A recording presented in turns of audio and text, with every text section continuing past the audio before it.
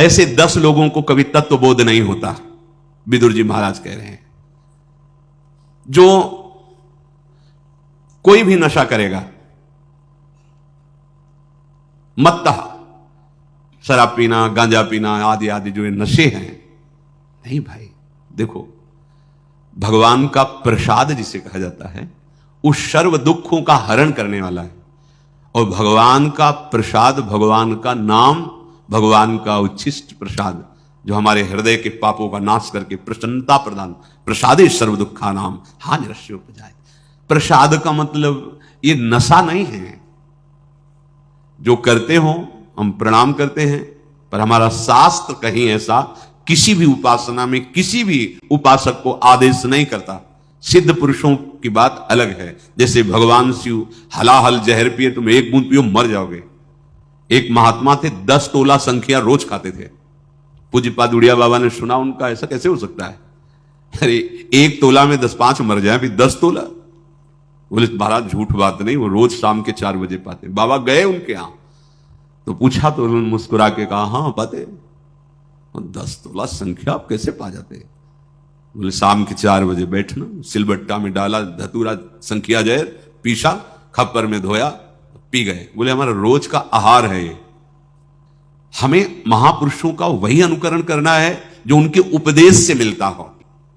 कोई भी नशा, यहां देखो धर्मराज के साक्षात स्वरूप है, कोई भी नशा करने वाला तत्वबोध को प्राप्त नहीं होता। जो तत्वबोध को प्राप्त हो गया है उसके ऊपर कोई नियम नहीं है।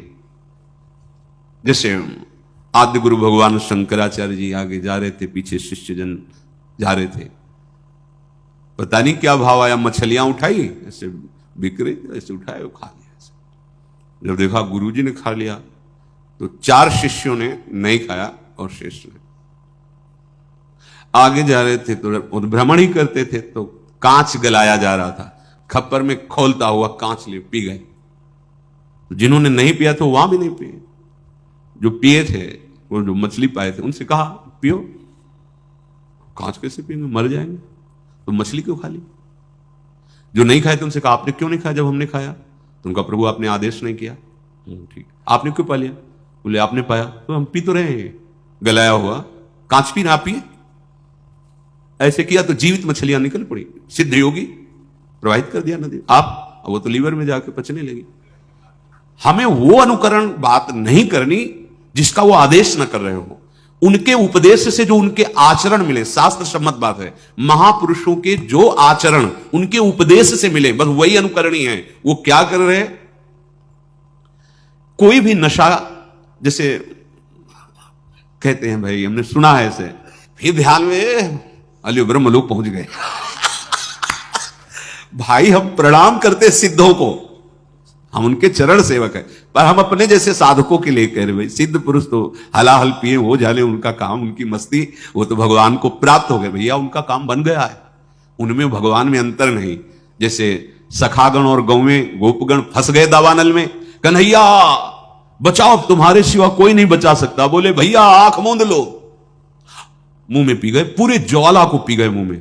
एक कोयला लाल लाल रखो मुंह में, अभी रख पाओगे? नहीं, भगवान के मुख से साक्षात अग्नि का प्रादुर्भाव हुआ है। भगवान उसी जगह उसको रोक ले, आओ अपने स्थान पे आ जाओ, भगवान ही तो सर्व रूपों में। तो जो भगवान को प्राप्त महापुरुष हैं, उनमें और भगवान में अंतर नहीं। ब्रह्मविद ब्रह्मवि भवति। अब उनके ऊपर आप ही ऐसे नहीं कर सकते कि ये खा रहे हैं। बड़े सिद्ध महापुरुष थे, तो जहां भिक्षा नहीं लेनी चाहिए वहां से निकले, रोटी बन रही थी, ला रहे रोटी, तो डर गए महाराज जी, अरे ला, इसमें रोटी लिया होगा, इसमें कहीं वो है जो उन्होंने सब है कुछ,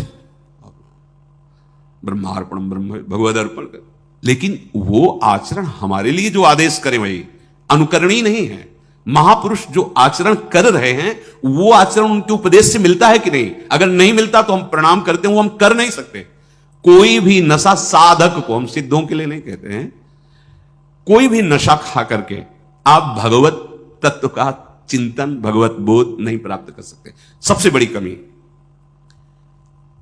आपको उस नशे में सुख लग रहा है क्योंकि बुद्धि शिथिल होती है, तो आपको लग रहा है बड़ा आनंद आ रहा है।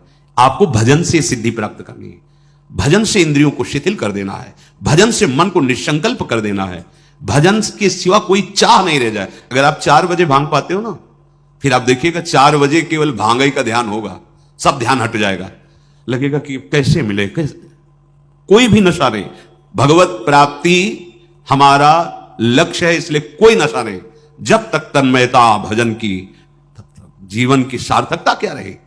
और सच्ची बात, जो हमारा मन मलिन है, जब उसे भगवत चिंतन में लगाते हैं तो एक जलन पैदा होती, आग। जैसे आग से स्वर्ण तेजस्वी होता है, मल नष्ट होता है, ऐसे ही मन जो हमारा पतित हो चुका है, वो उच्च अवस्था को पहुंचने के लिए भजन के बल से जब चढ़ता है तो वो निर्मल होता है। उस जो ताप प्रकट होता है वो पाप को जलाता है, हम सह नहीं पाते। नहीं, मना कर रहे हैं, इन 10 को तत्वबोध नहीं होता, मत्ता। और कोई भी नशा हो बहुत जल्दी गुस्सा पैदा कर देता है, कोई भी नशा हो। जैसे भांग है, अगर आपकी मंत्राकार वृत्ति है, सिद्ध हो चुके हैं, तो उसी में सिद्ध है। वो कोई मंत्राकार वृत्ति प्रकट थोड़ी कर देगी। अगर आप विषय चिंतन कर रहे हैं, विषय चिंतन, भला कोई नशा भगवत प्राप्ति में सहयोग कर सकता है? नहीं, भूल मत। जब तक तुम्हारी वृत्ति भगवदाकार ना हो जाए, फिर आगे हरि जाने जैसी प्रेरणा करे, तब तक आपको बिल्कुल कोई भी एक सुपारी का भी नशा नहीं। हमें प्रभु के सिवा और किसी की चाहत न रह जाए, चाहे कोई भी व्यसन हो। कम से कम सबसे बड़ी बाधा यह कि उसकी जरूरत तो है, हमें उसकी आवश्यकता है। और हमारी स्थिति हानि जाहि न चाही कबहु कछु, कोई चाह ना रह जाए। इसलिए कह रहे कि भगवत तत्व का बोध उसको नहीं होता, मत्ता। जो किसी भी नशे में मस्त रहना चाहता है, उसे भगवत तत्व को, भजन नहीं सिद्ध होगा। भजन सिद्ध को कोई, कई हमने सिद्ध महापुरुषों को देखा है, वो अपने, लेकिन अपने साधकों को जब तक लक्ष्य की प्राप्ति हो, बहुत सावधान रहना है। दूसरी बात कहते प्रमत्ता, जो प्रमादी है, असावधान है, जो मनाया खा लिया, जहां मनाया बैठे हैं, हंसी मजाक है। साधक को ऐसा थोड़ी, तो जहां मनाया वहां बैठ लिया, जिससे मनाया उससे बोल लिया, जिसके संग आया चल रहे, जहां मनाया खा लिया। ऐसा नहीं है साधक का जीवन, बिल्कुल ऐसा नहीं होता। जहां का मन हो भोजन मंगा लिया, पा लिया, ऐसा नहीं है। जहां तहां अन्न खात सखी कहत आप गात सकल देव द्वंद जात रात सर्व सो वहीं, ये साधक का लक्षण थोड़ी है। नहीं, बहुत सावधान। हमारी दिनचर्या, हमारा बोलना बैठना उठना सब विवेकपूर्ण होना चाहिए, असावधान नहीं। असावधान हुए तो फिर तत्वबोध नहीं होगा, घूमते रहो ऐसे।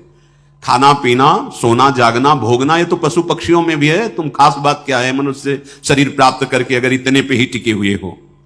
तो जो प्रमत्ता है, असावधान है, प्रमाद युक्त है, उससे तत्वबोध नहीं होता। 10 को तत्वबोध नहीं होता। एक तो सबसे पहले नशा करने वाले को, और दूसरा जो प्रमादी है, जहां मनाया जैसा मनाया, बिना किसी शासन के मनमानी कर रहा है, ना गुरु का शासन ना शास्त्र का शासन। आपको कहां बैठना है, आपको किन के बीच में बैठना है, आपको किनसे बात करनी, आपको क्या प्रसाद पाना है, आपका व्यवहार कैसा हो, हर एक बात शास्त्र प्रमाणित साधक की होती, मनमानी नहीं होती। तीसरा उन्मत्ता, जो पागल हो चुका है। अब वो तत्वबोध क्या करेगा, उसकी तो बुद्धि ही खराब हो गई है। और फिर कह रहे हैं श्रांता, जो इतना कार्य करता है कि थक के चूर चूर हो जाता है, वो तत्वबोध नहीं प्राप्त। जो संसारिक कार्यों में इतना श्रम करता है, तो उसके लिए भजन के लिए टाइम कहां है? वो कहां बैठकर शास्त्र स्वाध्याय करेगा, कहां शास्त्र चिंतन करेगा, कैसे सत्संग का मनन करेगा? केवल पशुवत लगा ही लगा है कार्यों में।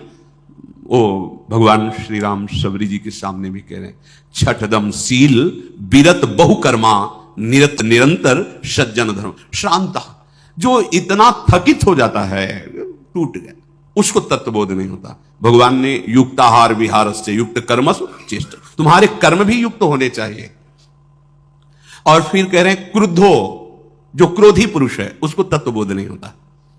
क्योंकि जब जरा सी बात में असहनशीलता बढ़ी और आप गाली बकने लगे, लड़ाई करने, बहुत विचित्र विचित्र मूर्तियां हैं।